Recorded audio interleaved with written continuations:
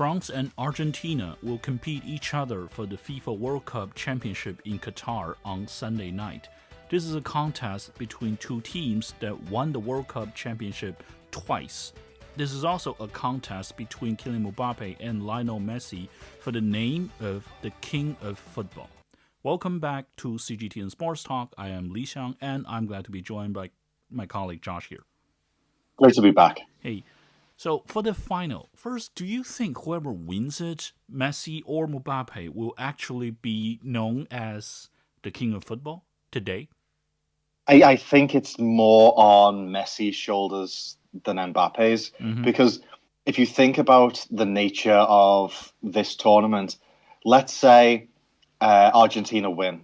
Well, by the next tournament, Mbappe is 27, 28. Yeah. Then he's 31, 32. He's got plenty of time left. Not to mention, he's previously won it. He's technically still, if you want to use that moniker, he should technically be the king of football right now. Whereas with Messi, it's his last chance, and it's generally considered the one major trophy he doesn't have in his collection. So on a player-by-player basis, if you're looking at it that way, I feel like this is definitely more important for Messi than it is for arguably anyone else involved in the game. Yeah, he has played, I would say, well so far in the FIFA World Cup in Qatar. Do you think he has any hidden trick in his sleeves that he can still pull? Well, that's the thing. You feel like when you're watching him, the moment you give him like a little bit of space, he will. If you give him a little bit of space, he will perform something kind of magical. To be fair, it could be applied to both Messi and Mbappe. The difference I feel is with Mbappe is if you give him a yard of space, a second of time, zig when you should have zagged, he will go for goal. Whereas with Messi, I think, is at that age and having settled into the team in a way that he will be looking to set up Julian Alvarez, set up Lautaro Martinez, do something like that rather than go for goal himself. Because even though he is, I believe, either top scorer or joint top scorer of the tournament so far, several of those are penalties. And he is currently in the running, not just for the Golden Boot, but I believe it's the Silver Boot, the assists trophy. Yeah. So he is in many ways more threatening because he isn't just going for goal. What do you suggest that France can do to contain Messi from doing what he does, both from scoring and setting up for his teammates?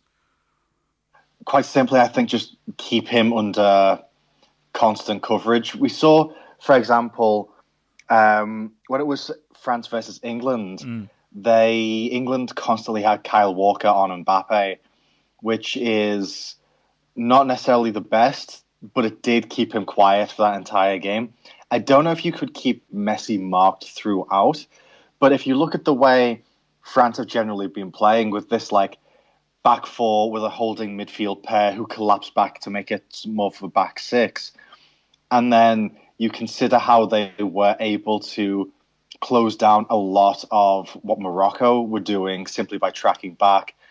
I get the feeling that they're going to be treating Messi obviously as the target, but I could see it being very much a case of they treat their back four as a 2-on-2 defense, one pair for Messi, one for, let's say, Alvarez if that starts, and not treat him like a normal player, but basically don't allow him to become the target, because then he will somehow chip the ball over, dink it through, whatever, and cause trouble that way.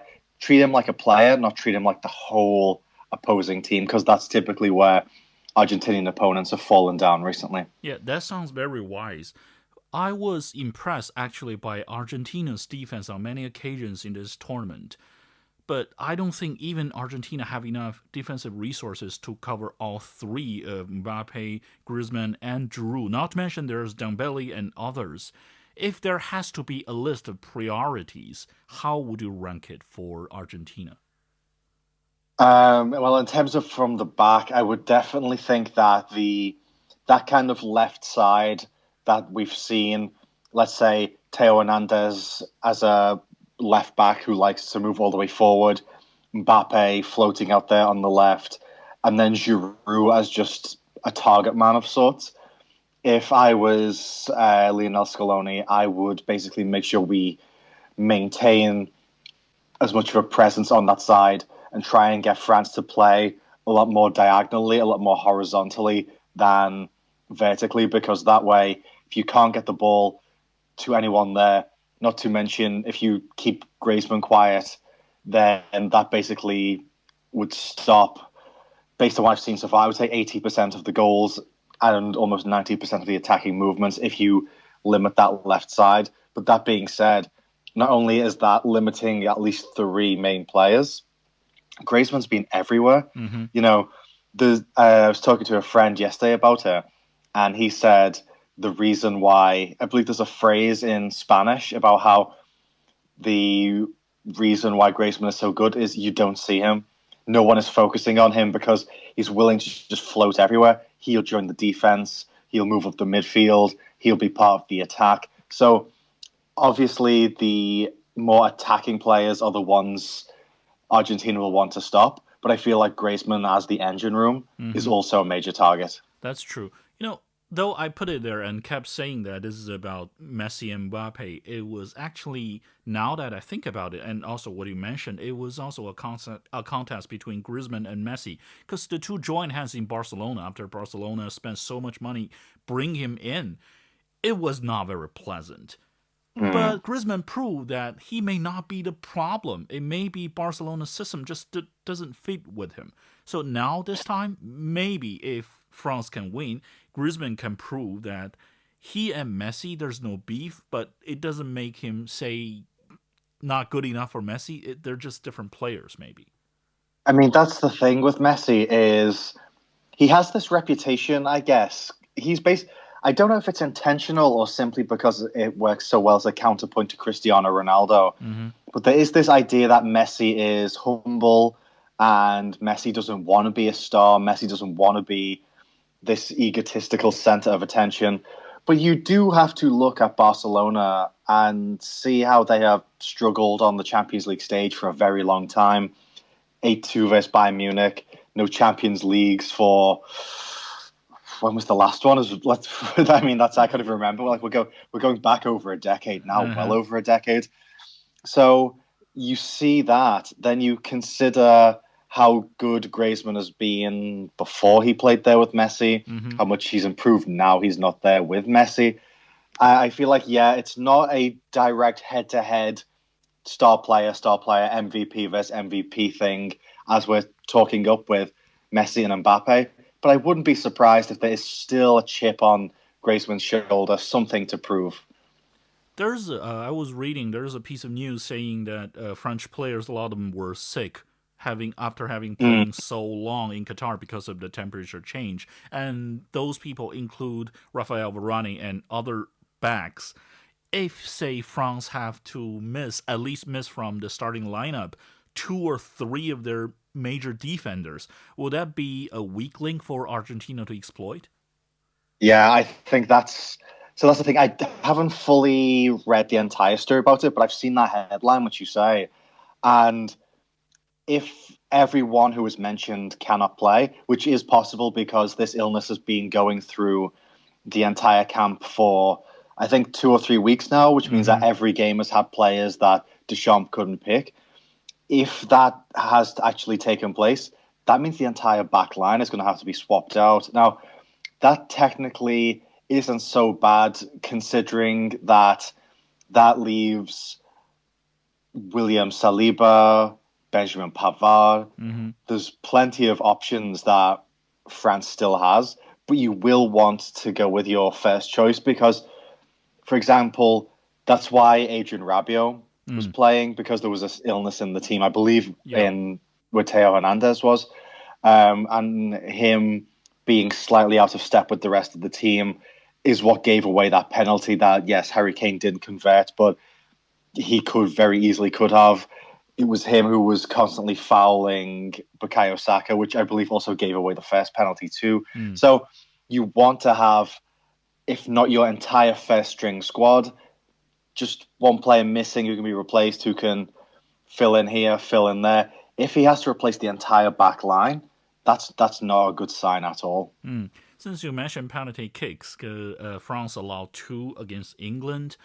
Argentina have been granted one of the most penalty kicks so far in the World Cup, and like you said, Messi scored 2 or 3 of them. Well, I think that says something about Argentina's offense because they love, say, charging the box and making physical contact. And for France, that says something about their defense. They also love physical contact. That's why there are so many fouls. Is there going to be penalty or penalties in the final, do you think?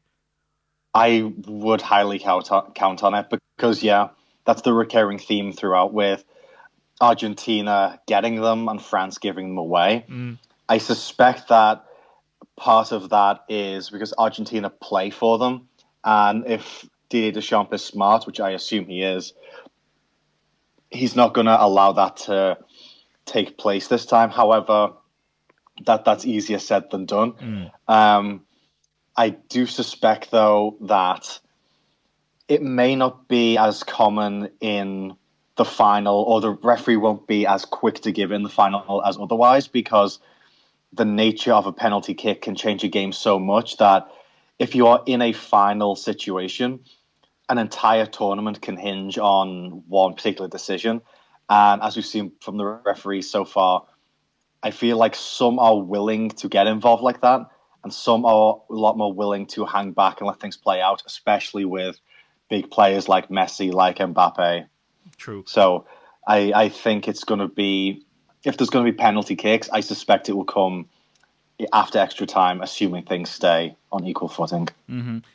Judging by all the World Cup finals I've ever watched and how much Deschamps loved defense, how realistic Scaloni is as a manager, do you expect this final to be slow and very conservative in at least the first half or even the first hour before everyone decides to, let's do it, let's leave everything on the field? Yeah, definitely, because that is typically the drawback of tournaments, be it World Cup, be it Euro, be it Champions League, FA Cup, whatever you want to call it.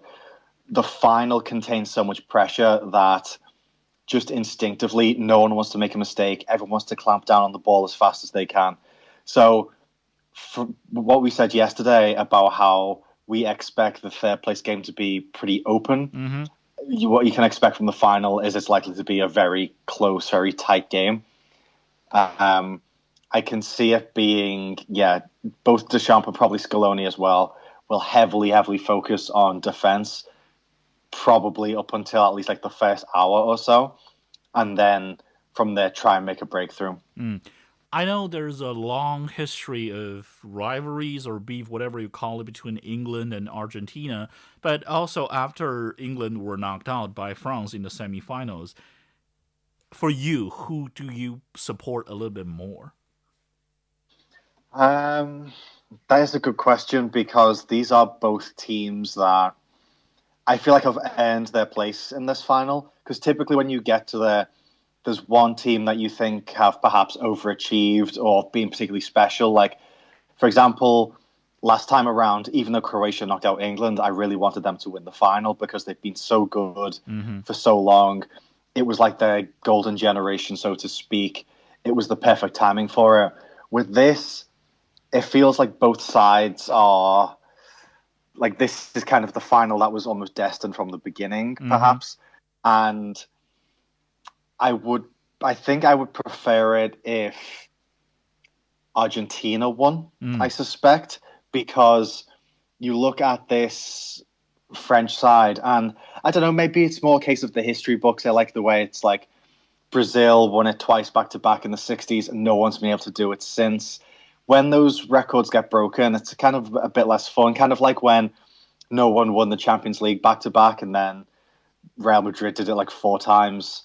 I would think I'd prefer it if things stayed a bit more, everyone kind of gets their turn. Yeah. So I think I would prefer if Argentina won. However, that being said, this tournament has been so Messi focused that it's almost overshadowed everything already. I don't know if I could cope with the discussions and the almost guaranteed nailed on certainty that Messi will be considered the greatest of all time if he wins. So I don't know. I'm hoping for Argentina, but either way, I'm happy with the result. Oh yeah, that sounds very, I got to say, very objective. Because for me, I've been struggling to pick a side I want to support. Because on one hand, I want to see a good period mark for a legend, and that's for Messi.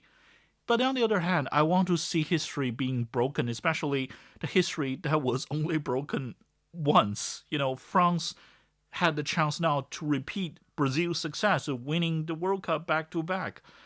I don't think if they fail, I can see any team do that or even get close toward doing that in 30 or 40 years.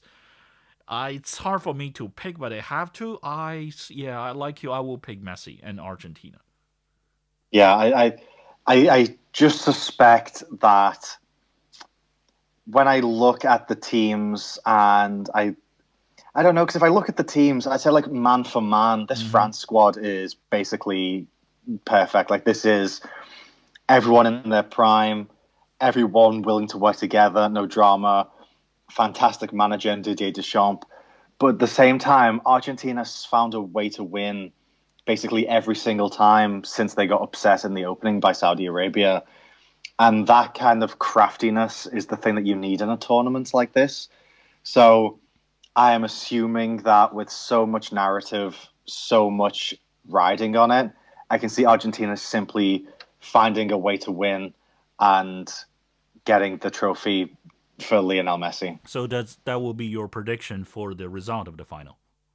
My prediction is 1-0 Argentina. 1-0 Argentina. I mean, that says a lot, because that means France will not be able to play their favorite style. We score first and then we hold back so no one can keep us from, Mbappe, using Mbappe and his speed. But if they can't score, maybe they will be the one who are upset first and reveal more vulnerabilities.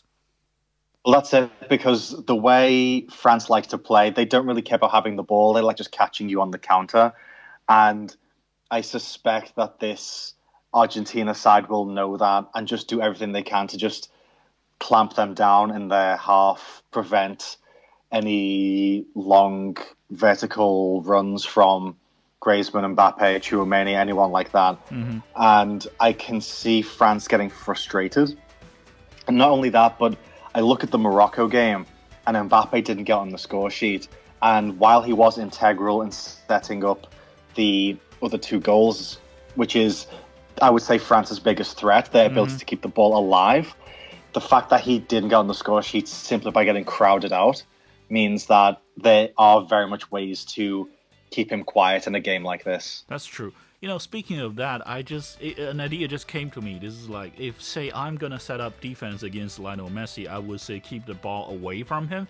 But since France are not a fan of controlling the ball, that means Messi may get the ball much easier than we expected. So then there's the option. There's the choice for France to make. Do you want to control the ball, or do you want to leave the ball with Messi? That will be fun. Well, yeah, and I suspect that what we might see is not necessarily leaving the ball to Messi, but making sure that when he gets it, he has to basically end up at the corner flag, basically keep him as far out of play as possible, even though we have seen him do a lot from that side, where he'll kind of go around the box and cut back in and pass back towards the penalty spot almost. As long as they keep him facing away from goal, running away from goal, but still letting him have the ball and almost tire himself out, I think that's what France will opt for. I think that's very correct. And so much for today. Thank you for listening. Hopefully we'll be hearing from you guys very soon tomorrow. See ya. Speak to you then. Bye-bye.